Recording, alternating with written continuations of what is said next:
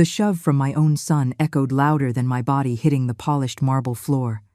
There, humiliated in front of 30 guests who stared at me as if I were a selfish, crazy woman, while David screamed that I was a terrible mother for refusing to gift my $900,000 house to Jessica. "She deserves more than you, Mom. So much more than you," were his exact words before he pushed me. But what I did after I picked myself up off that floor changed everything forever. That morning, I had woken up at 5, my heart full of excitement. It was Jessica's 32nd birthday, and for the first time in the 4 years she had been married to my David, I was going to prove that I could be the perfect mother-in-law she deserved. The sweet aroma of the 3-layer chocolate cake flooded my kitchen as I whipped the meringue frosting into the perfect peaks my grandmother had taught me. My hands, marked by 67 years of hard work, trembled slightly with emotion as I decorated every detail. The cake had to be perfect, like everything else for this party. I had spent over $500 on gourmet ingredients, exotic flowers, and elegant decorations. Money I didn't really have, but Jessica was worth every penny. The golden morning light filtered through my kitchen windows, illuminating the tiles I had cleaned until they shone like diamonds. This house, my $900,000 refuge according to the latest appraisal, wasn't just brick and mortar. It was the sweat of 30 years working double shifts, the tears of a widow who raised her son alone, the dreams of a woman who built her castle stone by stone. Every piece of furniture had a story. The Italian leather sofa I bought when David graduated from college. The oak dining table I chose while imagining the family dinners we would have when he got married. The crystal chandeliers were my gift to myself the day I paid off the last mortgage payment. Everything had meaning. Everything had a soul. The phone interrupted my thoughts as I placed the fondant roses on the cake. "Eleanor, we'll be there at 2 o'clock sharp." Jessica's voice sounded different, more commanding than usual. "I expect you to have everything perfect. Today is a very special day for me." "Of course, sweetie. I've prepared all your favorite dishes and—" "Perfect. David and I have something very important to tell you today. Something about my future and what I truly deserve in this life." The line went dead. A strange chill ran down my spine, but I chalked it up to nerves, wanting everything to be perfect. Surely they were going to give me the news I had been waiting for, a grandchild. The thought filled me with a warmth that spread from my chest to my fingertips. I rushed to the bathroom to fix myself up for the 5th time that morning. The salmon-colored dress I had chosen was flattering, even if it couldn't hide the expression lines that told the story of a life dedicated to others. I applied a little more blush, wanting to look radiant for my daughter-in-law. The entire house breathed celebration. I had lit jasmine-scented candles in every room. Flowers from the garden decorated every surface, and I had even hired a woman to help serve. Everything had to be perfect for Jessica. I spent the next hour obsessively arranging every detail. The silver cutlery gleamed like mirrors on the mahogany table. The fine china was perfectly aligned, and I had folded the linen napkins into the shape of swans, just as my mother had taught me decades ago when she worked at the city's most elegant hotel. The menu I had prepared was worthy of a 5-star restaurant.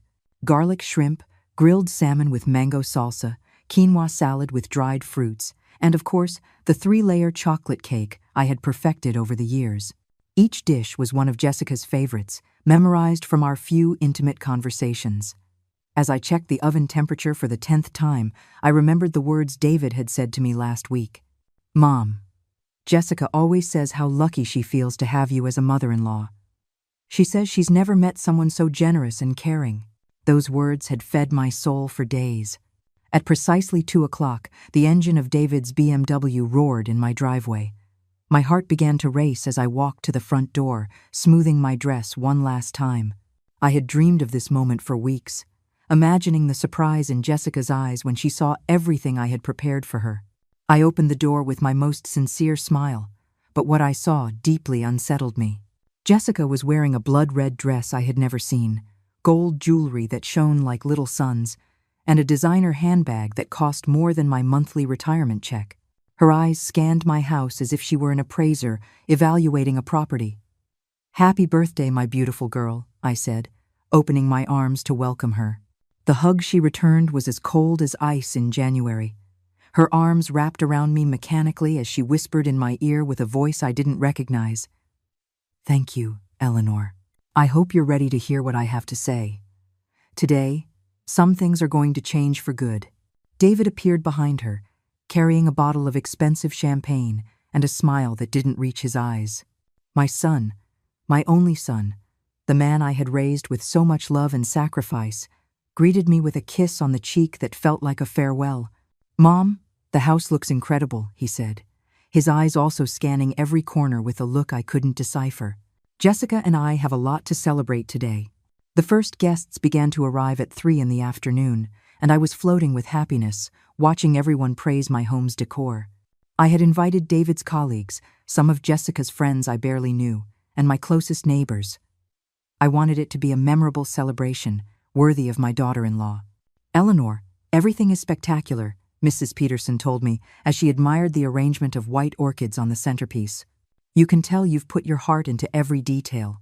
I smiled with pride as I served the garlic shrimp on small porcelain plates. Every positive comment fueled my hope that Jessica would finally see me as the mother-in-law she had always dreamed of having. But something strange began to happen as the afternoon wore on. Jessica acted like the perfect hostess, receiving compliments and gifts with a radiant smile. But every time someone praised me for organizing the party, she would subtly interrupt the conversation. When Mrs. Gonzalez complimented me on the grilled salmon, Jessica immediately started talking about her new job at a real estate firm. When my neighbor George praised the floral arrangements, she changed the subject to her remodeling plans. At first, I thought they were coincidences, the natural nerves of being the center of attention. But when my good friend Louise said in front of everyone, "Eleanor, you are an exceptional hostess. This house is a true palace," Jessica let out a strange little laugh and replied, "Yes, it's a shame some people cling so tightly to material things when they could be more generous with their family." The comment landed like a stone in my stomach, but I tried to ignore it. Maybe I had misinterpreted her words. Maybe I was being too sensitive. I retreated to the kitchen to bring out the cake, hoping that the singing of "Happy Birthday" would ease the tension I was beginning to feel in the air. As I lit the 32 candles, I heard snippets of conversation from the living room. Jessica was talking to her friends about selfish women who don't know how to share and possessive mothers-in-law who don't understand the sacrifices young wives make. Each word was like a needle piercing my chest, but I convinced myself she wasn't talking about me. I brought the cake into the living room, my hands trembling slightly. Everyone applauded and began to sing. Jessica smiled radiantly as I held the cake in front of her, waiting for that magical moment when she would blow out the candles and make a wish. But when the song ended, instead of blowing out the candles, Jessica took my hand tightly and said loudly for everyone to hear, "Before I make my wish, I want to thank Eleanor for this beautiful party." Though I must admit, I'm surprised by all this generosity coming from someone who is usually so reserved with her things. An awkward silence filled the room. Some guests exchanged confused glances as I tried to process what I had just heard. Reserved with my things? I, who had given her jewelry for her last birthday. I, who always brought dishes of food to her house. I, who had paid for half of their honeymoon when they had financial troubles. "I don't understand, sweetie," I managed to whisper, feeling all eyes on me. Jessica let go of my hand and smiled with a sweetness that didn't reach her eyes. "Oh, it's nothing bad, Eleanor. It's just that some people of your generation tend to be very attached to material possessions. My mom always says that true generosity comes from giving without expecting anything in return." The comparison to her mother was like a slap in the face. Her mother, who lived in a rented apartment and had never been able to give a tenth of what I had given my family. Her mother, who had only appeared in their lives after David got a good job. Her mother, who always found a way to indirectly criticize everything I did. "Jessica is right," David intervened suddenly, appearing at my side with a glass of champagne in his hand.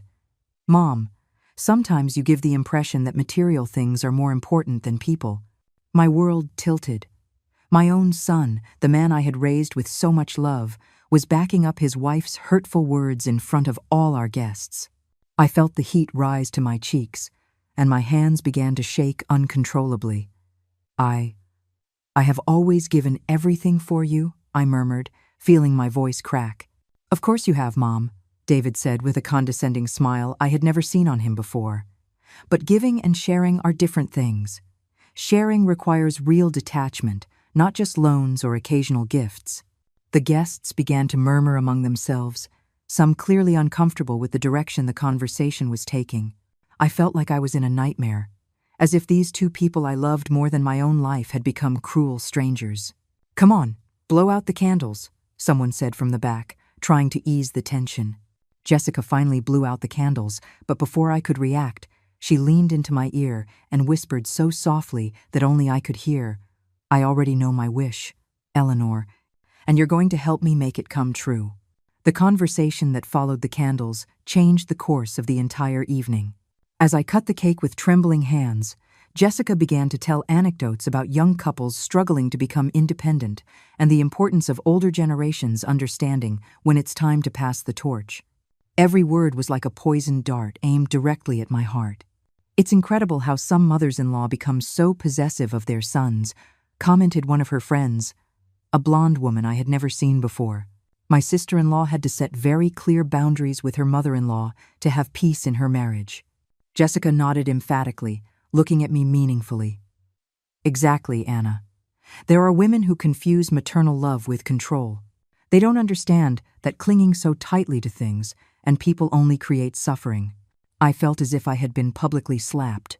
There I was, the woman who had sacrificed everything for her son, being described as controlling and possessive in front of people I barely knew. My hands trembled so much I almost dropped the cake knife. "I have never controlled David," I managed to whisper, feeling my voice break. "Of course you have, Mom," David intervened with that new, condescending smile that made my blood run cold. "But there are subtle forms of control that we sometimes don't even realize we're exercising." The entire room watched me as if I were a specimen in a lab. Some guests looked uncomfortable, others frankly curious about the drama unfolding before their eyes. I felt naked, exposed, humiliated in my own home in front of people I had invited with so much affection. For example, Jessica continued as she accepted a piece of my cake with feigned gratitude when an older person clings so tightly to a large house, knowing that there are young couples who really need stability and space to grow. The comment landed like a bomb in the middle of the room. Now I understood where this whole orchestrated conversation was heading. It wasn't about control or possessiveness. It was about my house. My beautiful $900,000 house that I had built with sweat and tears over 30 years.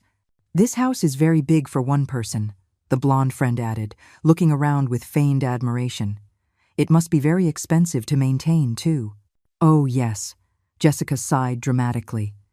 "David and I live in such a small apartment we can barely fit. We've been saving for our own house, but you know how real estate prices are these days." My heart began to beat so loudly I was afraid everyone could hear it. Slowly, like pieces of a macabre puzzle, I began to understand what was happening. This was not a birthday party. It was a carefully planned ambush. "Mom." David approached me with an expression that was meant to be loving, but which I could now clearly see as manipulative. "Jessica and I have been talking about our family's future." "What future?" I asked in a thread of a voice, though I already feared the answer. "Well," Jessica took the floor with a smile I could now see in all its falsity, "we thought it would be wonderful if we could live here with you. This house is perfect for a growing family." "Live with me?" I repeated, feeling as if I were in an alternate dimension. "Not exactly," David interjected quickly. "What Jessica means is that maybe it's time for you to consider moving into something smaller and more comfortable for your age, and we could take over the house." The world stopped around me. The guests' voices became a distant murmur, as if I were underwater. My own son was asking me to leave my home, the place where I had built all my memories, where I had raised my family, where I planned to grow old with dignity. But this is my house," I murmured, feeling tears welling up in my eyes. "Of course it's your house, Mom," David said in that patronizing voice he used when he thought I didn't understand something. "But think about it logically. You don't need this much space anymore, and we really do. Besides," Jessica added with a venomous smile, "it would be such a beautiful way to show how much you love your son. Imagine what a wonderful gift it would be for our new stage as a family." I looked around the room and saw the faces of the guests. Some looked horrified by what they were witnessing. Others were clearly enjoying the drama. But what hurt the most was seeing that no one, absolutely no one, came to my defense. "I need some air," I managed to say, feeling the walls of my own living room closing in on me. "Mom, don't be dramatic," David said with irritation. "We're just talking about future possibilities." But I couldn't listen anymore. The sound of my heart breaking drowned out all other voices. I ran toward the kitchen, stumbling slightly on my own feet, as I heard Jessica say to the guests, "Please excuse Eleanor." Sometimes women her age get very emotional about these things. The laughter that followed her comment was the straw that broke the camel's back. I took refuge in my kitchen with a shattered heart, my hands trembling as I clung to the marble sink I had chosen so carefully 5 years ago. The guests' laughter reached me from the living room like daggers, and among them I heard Jessica's voice explaining my emotional episode with that fake sweetness I now recognized perfectly. "Poor Eleanor," I heard her say. "Sometimes older women cling so tightly to material things that they forget what really matters. Family." I closed my eyes and tried to breathe, but each inhalation felt like broken glass in my lungs. 30 years paying a mortgage, 30 years working double shifts at the hospital, 30 years dreaming of the day I could finally rest in my own home, and now my own son wanted to snatch it from me to give to his wife. The sound of approaching footsteps made me lift my head. It was David, with that look of false concern he had perfected over the past few months. "Mom, are you okay? The guests are asking about you." "How could you do this to me, David?" I asked, my voice broken. "How could you ask me to leave my home?" He sighed, as if I were the one being irrational. "Mom, nobody is asking you to leave anything. We're just suggesting a natural transition. You could move into a comfortable apartment without the responsibilities of maintaining such a large house." "An apartment?" I repeated, feeling anger begin to mix with my pain. "After everything I've worked for to have this house?" "Look, Mom." His voice grew harder, more like Jessica's. "Jessica and I are young. We have our whole lives ahead of us. We need space to grow as a family. You've already had your time in a big house." His words hit me like hammer blows. "Already had my time?" My voice rose an octave. "Does being retired mean I no longer deserve a decent home?" "Don't say that. You're twisting my words." David moved closer, and for the first time in my life, his presence didn't comfort me. "Just think about how happy you'd be, knowing you gave your son the chance to be successful."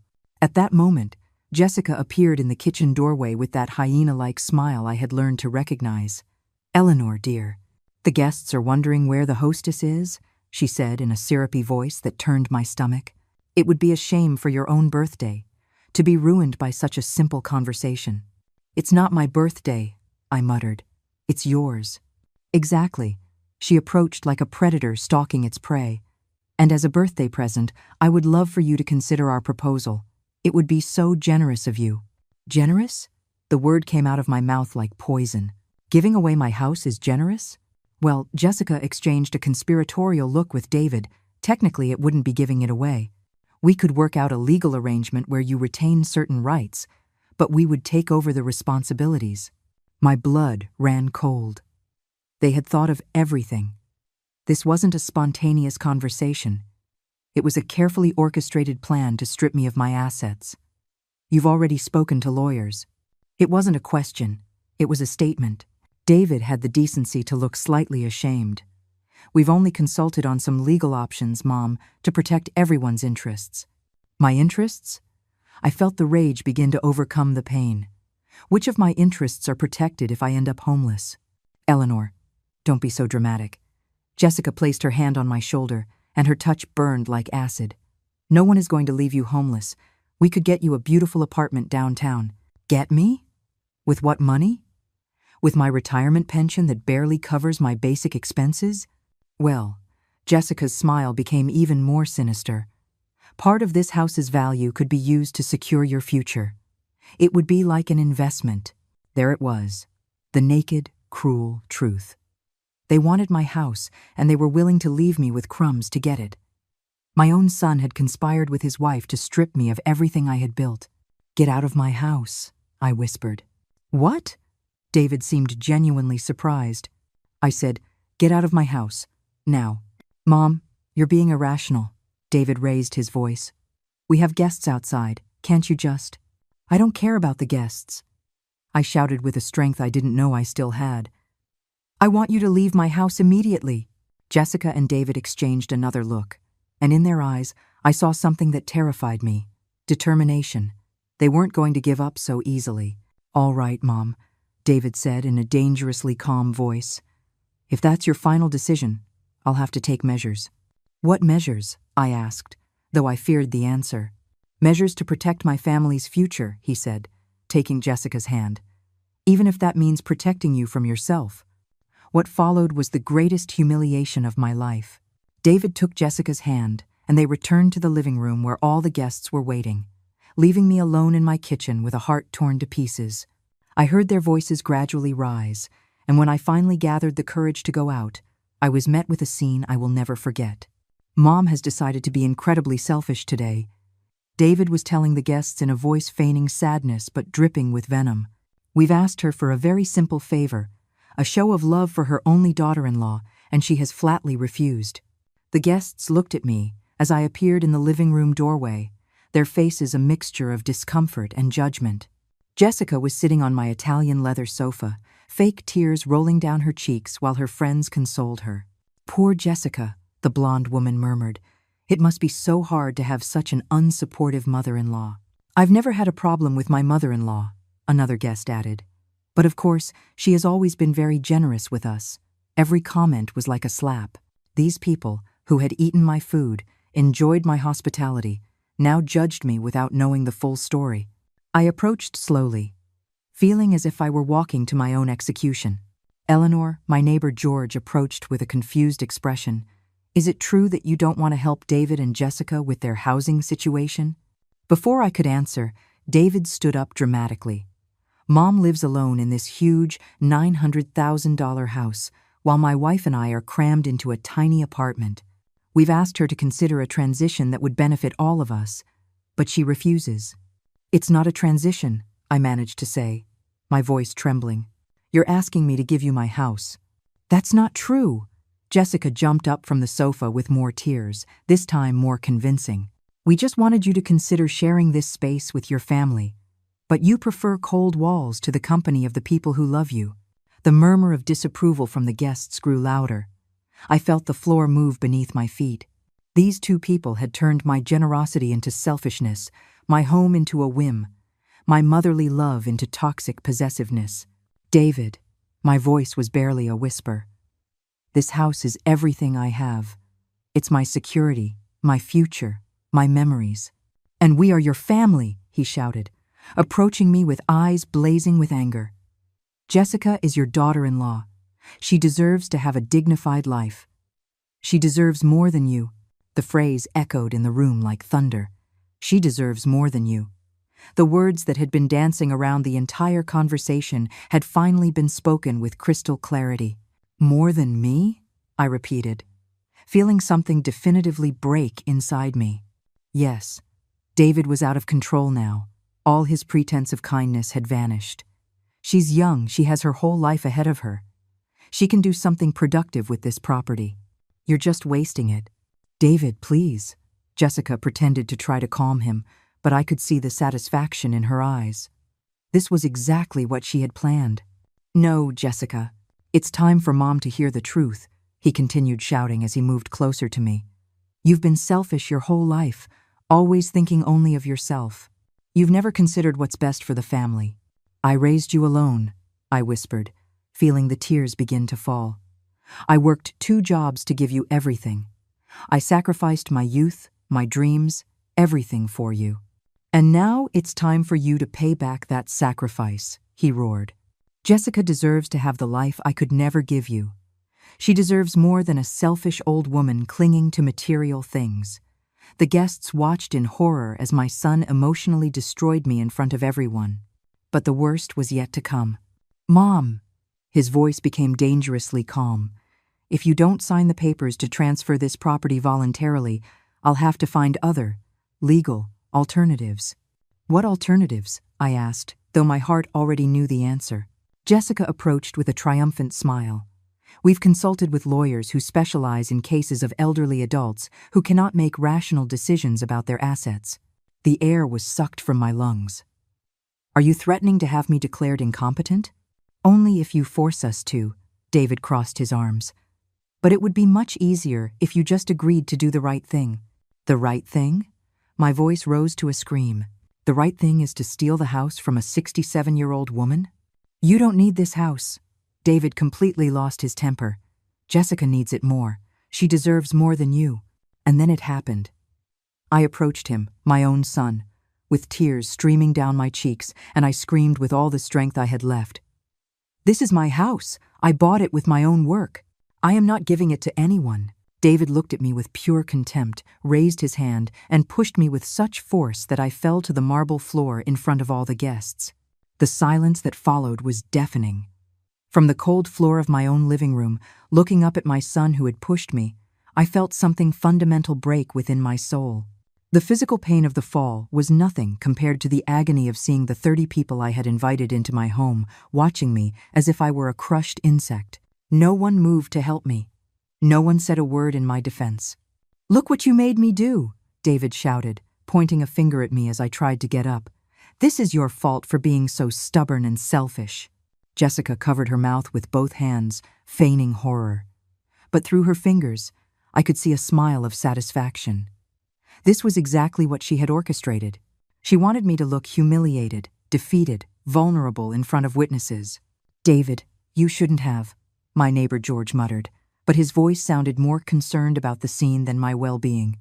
"She asked for it," my son roared, completely out of control. We offered her a dignified solution, and she chose to act like a victim. I managed to get to my feet, my legs trembling, feeling all the eyes in the room judging me. My salmon-colored dress was wrinkled, my hair disheveled, and I could feel a bruise forming on my right hip. But what hurt the most was the look of contempt from my own son. "I think you should all leave," I managed to whisper, addressing the guests who seemed paralyzed by the tension. "Excellent idea," Jessica said in her syrupy voice, approaching me with that false concern I now recognized perfectly. "Eleanor needs some time to reflect on her priorities." The guests began to move slowly toward the door, some murmuring among themselves, others simply escaping the discomfort. I heard snippets of conversation. "Poor Jessica, what a difficult situation. Older women sometimes become very stubborn. No one said goodbye to me. No one asked if I was okay. 30 people left my house without a single word of support or comfort. It was as if I had ceased to exist as a human being and had become the selfish obstacle Jessica had painted me to be. When everyone had finally left, only the 3 of us remained in my living room. The silence was deafening, broken only by the ticking of the wall clock that had belonged to my mother. "Mom," David spoke in a tired voice, as if he were the one who had suffered all afternoon. "You can still make the right decision. We can fix this in a civilized way." I looked into his eyes, those eyes that had been my greatest pride when he was a child, and I saw a stranger, a man who had inherited my blood, but not my heart, a man capable of pushing his own mother for money. "Out," I whispered. "What?" he asked as if he hadn't heard clearly. "Out of my house!" I screamed with a force I didn't know I still possessed. "Both of you, out!" Jessica approached with that venomous smile she had perfected. "Eleanor, you're upset. Maybe you should rest, and tomorrow we can." "There is no tomorrow," I roared, feeling the rage finally overcome the pain. "I never want to see either of you again in my life." "Mom, you're being hysterical." David approached again, and for a moment I feared he would push me again. "Tomorrow, when you've calmed down, we'll talk more calmly." "There's nothing to talk about." My voice had become icy, controlled, dangerous. "You have shown exactly who you are. Now leave." Jessica took David's hand and murmured something in his ear. He nodded and looked at me with an expression I will never forget. Contempt mixed with determination. "All right, Mom. We'll give you time to reconsider. But this isn't over. We're going to fight for what's fair, for what Jessica deserves. And if we have to use other methods to protect our interests," Jessica added in a sweet but threatening voice, "we will. There are many ways to prove that an elderly person is not fit to manage such a valuable property." The threat was crystal clear. If I didn't hand over my house voluntarily, they would seek to have me declared mentally incompetent to take it from me legally. I watched them leave my house, heard the engine of their car fade away, and I was left alone in my devastated living room. The dirty party dishes were scattered on all the tables, the balloons were starting to deflate, and the smell of the cake had become nauseating. I collapsed onto my Italian leather sofa, and for the first time in 67 years of life, I cried as if the world had ended. Because, in a way, it had. The world where I had a son who loved me had died that afternoon. But as I cried, something else began to be born inside me. Something I had never felt before. A cold, calculating, relentless rage. If they wanted a war, they would get one. But they had no idea who they were dealing with. I couldn't sleep that night. I sat on my sofa, surrounded by the remnants of the party I had organized with so much love, feeling my world crumble piece by piece. Every time I closed my eyes, I saw David's look of contempt, heard Jessica's poisonous words.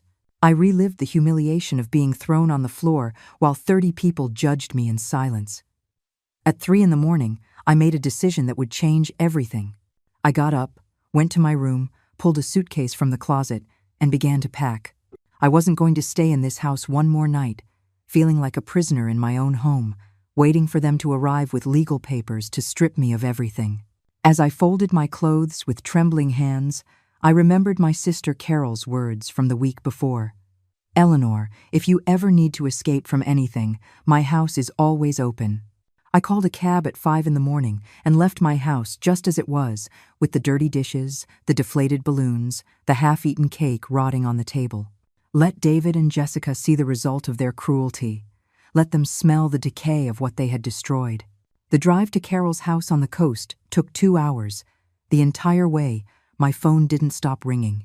David called 17 times, Jessica 5. The messages they left oscillated between false concern and veiled threats. "Mom, where are you? We're worried. Eleanor, we came back to your house and you're not here. This is very irresponsible of you. Mom, if you don't show up, we'll have to call the police." I turned off the phone when I arrived at my sister's house. Carol opened the door in her robe, her hair tousled and her face etched with worry. When she saw me standing on her doorstep with a suitcase and eyes swollen from crying, she didn't ask a single question. She just hugged me and murmured, "Come in, sister. You're safe here." Her house smelled of fresh coffee and sea salt. The windows looked out directly onto the ocean, and for the first time in months, I felt like I could fully breathe.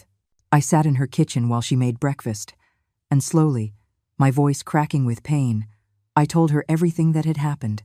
Carol listened in silence, but I saw her expression harden with each detail. When I finished recounting the shove and the public humiliation, she slammed her fist on the table. "That bastard," she muttered through clenched teeth. "That son of a bitch dared to push you." "Carol." "He's my son," I whispered, though the words tasted like ash. "No." She looked at me with eyes full of determination. "A son doesn't do that. What you have is a stranger who shares your blood." I spent 3 days at my sister's house, sleeping for the first time in months without nightmares, waking up to the sound of the waves instead of the terror of facing another day of manipulation. But on the morning of the 4th day, Carol came into my room with a serious expression. "Eleanor, you need to see this," she said, handing me her tablet. On the screen was a Facebook post from Jessica. The photo showed her and David, embracing in front of my house, with smiles that chilled me to the bone. The caption read, "With heavy hearts, we're reporting that our beloved Eleanor is going through an emotional crisis and has disappeared from her home. We are very concerned for her mental well-being and ask for your prayers. We have had to temporarily move into her house to look after the property while we await news." The comments were worse. Dozens of people expressing their concern for my deteriorating mental state and congratulating David and Jessica for being so responsible and loving by taking care of my property in my absence. "They've already moved in," I murmured, feeling my heart break all over again. "Read the comments," Carol said in a somber voice. I scrolled down and found comments from the party guests. Each one told a distorted version of what had happened. Poor David, his mom became so aggressive. Eleanor was always so possessive. It's so sad when elderly parents become irrational about money. Jessica had orchestrated a perfect smear campaign. In less than a week, she had turned my disappearance into evidence of my mental incompetence. She had justified their occupation of my house, and she had gotten the entire community to see her as the victim of a problematic mother-in-law. "Sister," Carol sat next to me and took my hands. "I have something to tell you. I've been documenting everything you've told me about David and Jessica for the last few months." "Documenting?" I asked, confused. She pulled out a folder full of papers. "Recordings of our phone calls, where you told me about their demands for money. Photos of the bruises you had after your family disagreements. Copies of the threatening messages you sent me." "Why did you do that?" "Because I knew this was going to happen." Her eyes filled with tears.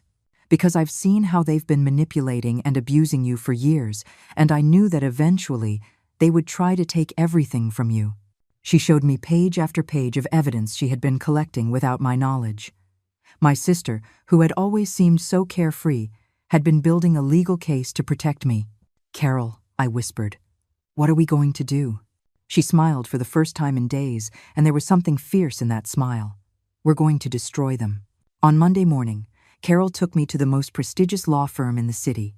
Robert Evans, a lawyer specializing in family law and elder abuse cases, reviewed all the documentation my sister had compiled with an increasingly grim expression. "Mrs. Miller," he said after examining the recordings, photographs, and messages, "what your son and daughter-in-law have done constitutes several crimes: extortion, threats, domestic violence, and now illegal occupation of property." "But he's my son," I murmured, the words catching in my throat. "And that is precisely why it's more serious," Robert replied firmly. "Familial abuse is one of the most cowardly crimes there, Island." We spent 3 hours planning our strategy. Robert had investigated Jessica and discovered information that left me frozen. She had a history of petty scams and had been married twice before, always to older men who owned valuable properties. David wasn't her first victim. He was her specialty. "Your daughter-in-law is a professional con artist," Robert explained, showing me the documents, "and she has been training your son to be her accomplice." That afternoon, we returned to Carol's house to find 18 missed calls from David. The voicemails ranged from false concern to direct threats. "Mom, if you don't appear in 24 hours, we're going to report you as a missing person with mental health issues. Eleanor, your erratic behavior is forcing us to take legal action." But there was one message that shattered my soul. It was from my neighbor, Mrs. Peterson. "Eleanor, dear, I don't know what to believe. David and Jessica have been telling the whole neighborhood that you had a psychotic episode and are wandering somewhere aimlessly. They've organized volunteer searches and are talking to doctors about having you committed when you turn up. I hope you're okay." "They're going to try to have me committed," I said to Carol in horror. "Over my dead body." My sister replied with a determination I had never seen in her. Robert had been clear. We had to act fast before David and Jessica could formalize any legal proceedings against my mental capacity. The plan was simple but effective. On Wednesday morning, when they thought they had everything under control, we would serve them with a lawsuit for illegal occupation, extortion, and domestic violence. But I wanted something more. I wanted them to pay for every humiliation, every manipulation, every tear they had wrung from me. "Robert," I told him on Tuesday night, "I want you to arrange a meeting. Tell them I'm willing to negotiate." "Are you sure?" "We could lose the element of surprise." "Trust me," I replied, feeling something cold and calculating settle in my chest. "I want to look them in the eyes when they realize they've lost." On Wednesday, at 10 in the morning, we met at Robert's office. David and Jessica arrived with their own lawyer, a young man who had clearly underestimated the situation. Jessica wore a cream-colored dress and pearls, playing the part of the concerned daughter-in-law to perfection. "Mom." David stood up when I entered, feigning relief. "We were so worried. Where have you been?" "Sit down," I replied in an icy voice, not returning his fake embrace. "Eleanor," Jessica approached with fabricated tears, "we've been so distressed. The house feels so empty without you."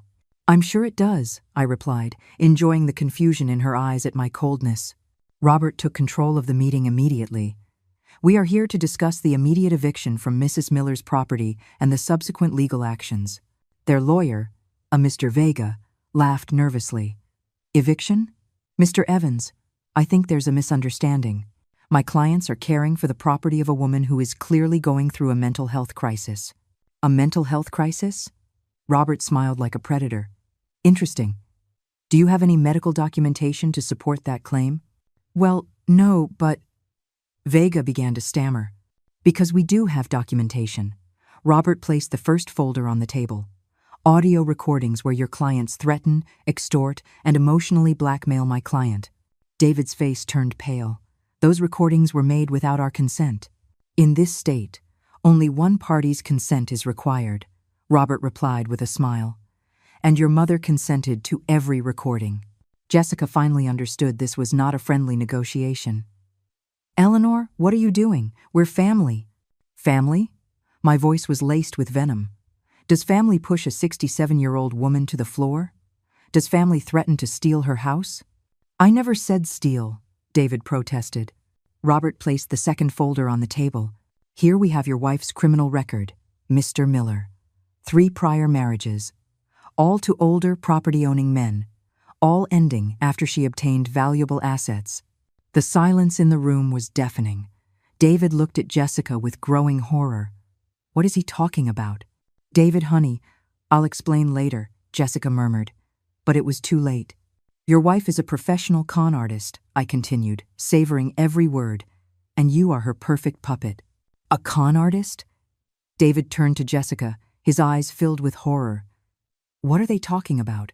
Robert laid photographs on the table. Jessica at her previous wedding to a 70-year-old man. Property transfer documents. Police reports of minor scams. Each image was a stab to my son's heart as he began to understand the magnitude of his betrayal. Her first husband, Robert Clement, left her his $500,000 house before he died. Mysteriously, Robert explained in a clinical tone. Her second husband, Manuel Torres, transferred his family business to her name 3 months before she filed for divorce. The pattern is always the same. Seduce, manipulate, isolate the victim from their family, and finally strip them of everything. Jessica had gone completely pale, but still tried to maintain her facade. That's not true. David, honey, don't believe them. Is that why you pushed me away from my mom? David looked at her as if seeing a stranger. Is that why you always insisted she was selfish and possessive? Because she was. Jessica tried to stick to her story, but her voice trembled. Eleanor never accepted us as a family. I did accept you, I said, my voice cracking, feeling the tears threaten to return. I opened my home to you. I treated you like a daughter. I spent my savings on your happiness, and you repaid me by turning my own son against me. Robert continued, relentless. But here's the best part. Your daughter-in-law is not only a con artist, she's also a pathological liar. Has she told you, David, about her other 2 children? The world stopped. What other children? David murmured. Jessica has 2 children from previous marriages who live with their grandparents because she abandoned them when they were no longer useful for her scams. Robert displayed more documents. And there's something else interesting. She was never pregnant during your marriage, but she lost the baby last year. David looked like he was in shock. She was devastated for months. Psychological pregnancy, or simply a lie, Robert replied. The medical records we have indicate she was never pregnant. David turned to Jessica with a look I had never seen in his eyes. Pure contempt. You lied about the baby? David, I can explain everything. Jessica began to cry, but these tears were different, desperate, real. I love you. Everything I did was for our future. Our future? David stood up abruptly. Or your next con? In that moment, I understood something terrible. My son had been as much a victim as I was. Jessica had systematically destroyed our relationship, turning him into her weapon against me. But the difference was, he had chosen to believe her. He had chosen to push me. He had chosen to humiliate me. David, I said softly, I know she manipulated you, but you chose to push me. You chose to threaten me. You chose to humiliate me in front of 30 people. He looked at me with tears in his eyes.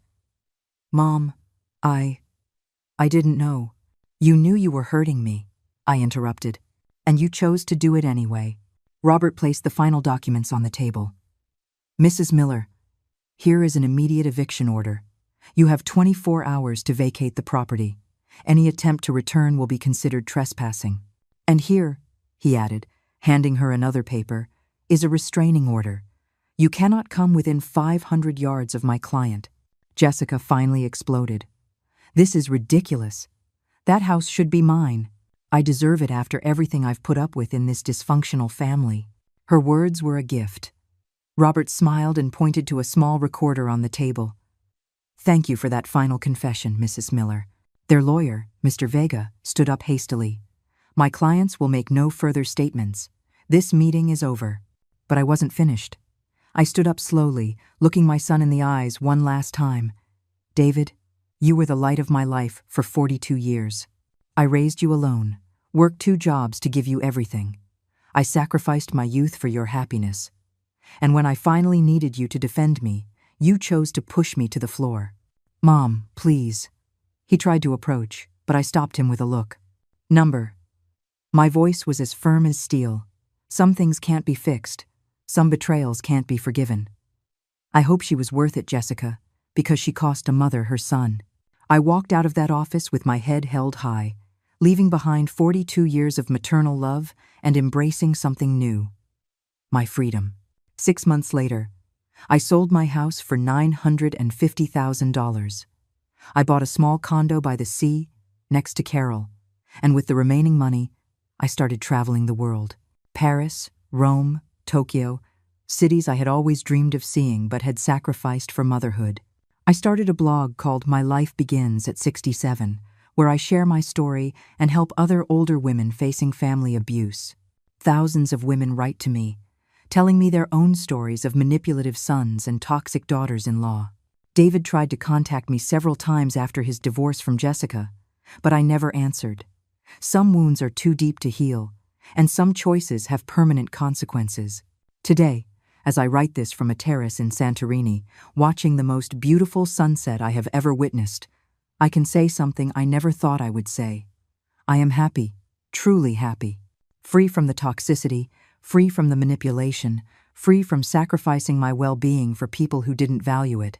Sometimes the greatest love we can give ourselves is to walk away from those who hurt us, even if they share our blood.